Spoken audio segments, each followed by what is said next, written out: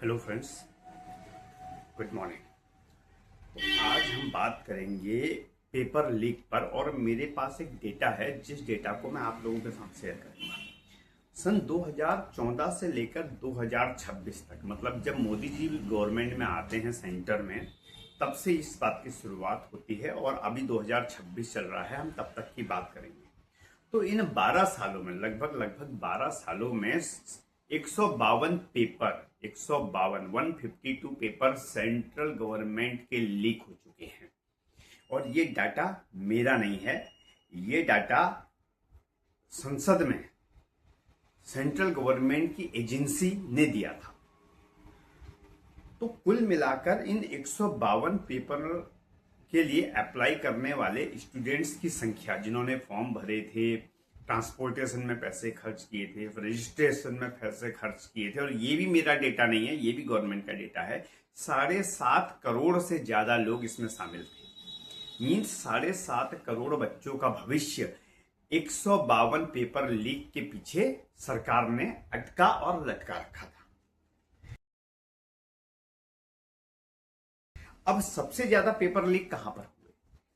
सबसे ज्यादा paper leak की जो घटनाएं होती हैं वो बीजेपी शासित राज्यों में सबसे ज्यादा है, जिसमें राजस्थान, आप जानते हैं राजस्थान में बीजेपी की सरकार है, गुजरात, उत्तर प्रदेश, उत्तराखंड आदि।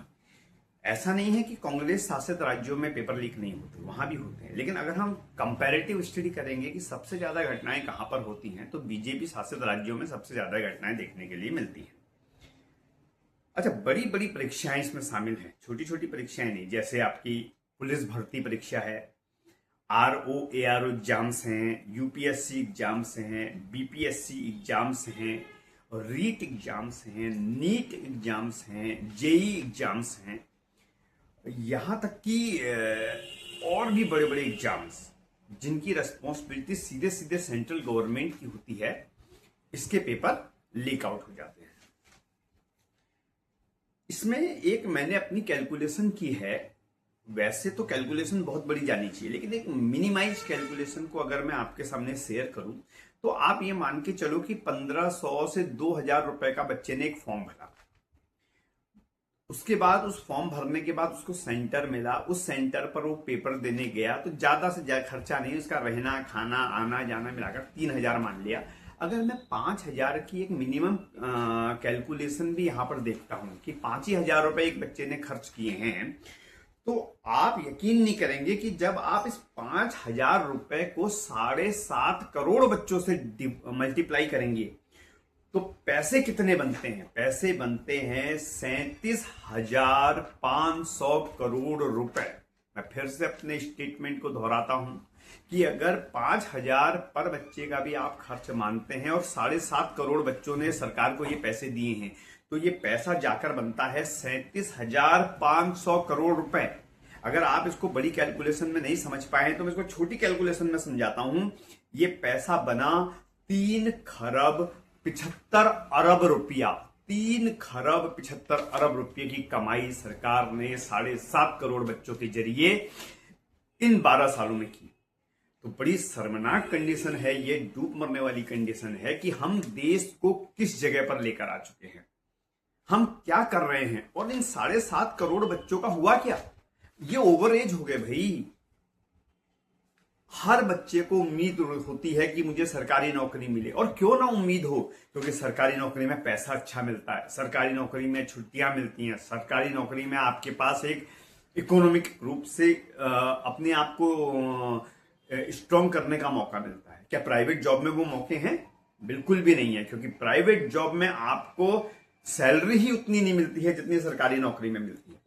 और सरकार ने प्राइवेट इंडस्ट्रियलाइजेशन को या इंडस्ट्रीज को या इस प्राइवेट स्कूल्स को अपनी कंट्रोल में लिया ही नहीं है ताकि लोग इकोनॉमिकली ग्रो कर पाए। वहां तो खून निचोड़ो सिस्टम है। तो हमने कैसा सिस्टम पैदा कर दिया है? तो आपके सामने मैंने एक छोटा सा वीडियो रखा था कि टोटल मिलाकर 152 पेपर लीक हुए। पर बच्चा 5,000 की कैलकुलेशन मानता हूं तो 7.5 करोड़ गुणा 5,000 आप कर लीजिए, रुपए में बनते हैं 37,500 करोड़। इसको और इजी कर देते हैं तो ये भारतीय रुपए में बनते हैं 3 खरब और 75 अरब रुपया। केंद्र सरकार के पेपर लीक होने की वजह से इतना आर्थिक नुकसान 7.5 करोड़ बच्चों को झेलना पड़ा, इसीलिए सरकार पेपर लीक कराती है। अगर मैं उत्तराखंड की बात करूं, क्योंकि मैं उत्तराखंड से आता हूं, तो उत्तराखंड में हर साल पेपर लीक हो जा रहे हैं, जबकि 68,000 पद 68,000 पद यहां पर खाली हैं, जिनको भरने के लिए आज की बीजेपी गवर्नमेंट, पुष्कर सिंह धामी यहां पर मुख्यमंत्री हैं, उनके पास कोई चारा, कोई उपाय है ही नहीं, कोई तरीका है ही नहीं। और मुझे समझ में नहीं आता कि उनके सचिव जो IAS PCS है, उनके पास भी एक दिमाग क्यों नहीं है, क्योंकि ये कुछ करना ही नहीं चाहते। ये सच में कुछ नहीं करना चाहते हैं। ये 5 साल अपने बारे में सोचते हैं। इन्हें भारतीय समाज से, भारतीय बच्चों से कोई लेना देना नहीं है। और केंद्र सरकार का भी वही हाल है। 10 लाख से ज्यादा पद खाली है सेंट्रल गवर्नमेंट के, जिसकी सुनवाई, अकाउंटेबिलिटी है ही नहीं। इसी अकाउंटेबिलिटी को लेकर तो जंतर मंतर पर और पूरे देश में प्रदर्शन हो रहा था। अकाउंटेबिलिटी, जिम्मेदारी, हर आदमी जिम्मेदारी से बचना चाह रहा है, अपनी जिम्मेदारी लेने के लिए कोई तैयारी नहीं है। मेरा ये वीडियो आप तक पहुंचेगा, इसको शेयर जरूर कीजिएगा, सब्सक्राइब जरूर कीजिएगा, लाइक कीजिएगा। मैं उम्मीद करता हूं कि आप तक अच्छे डेटा लेकर आऊं और आपको यथास्थिति से अवगत कराऊं। जो प्रेजेंट कंडीशंस चल रही हैं या जो पास्ट कंडीशंस चल रही हैं, उससे मैं आपको जानकारी दूं, मेरी अक्सर ये कोशिश रहती है। आज के लिए इतना ही। बहुत बहुत धन्यवाद। आप सुन रहे थे हेम बुदलाकोटी को उनके यूट्यूब चैनल हेम बुदलाकोटी ब्लॉग्स के जरिए, और फेसबुक पर भी मैं हेम बुदलाकोटी पेज पर अवेलेबल हूं। मिलते हैं फिर एक नई वीडियो के साथ।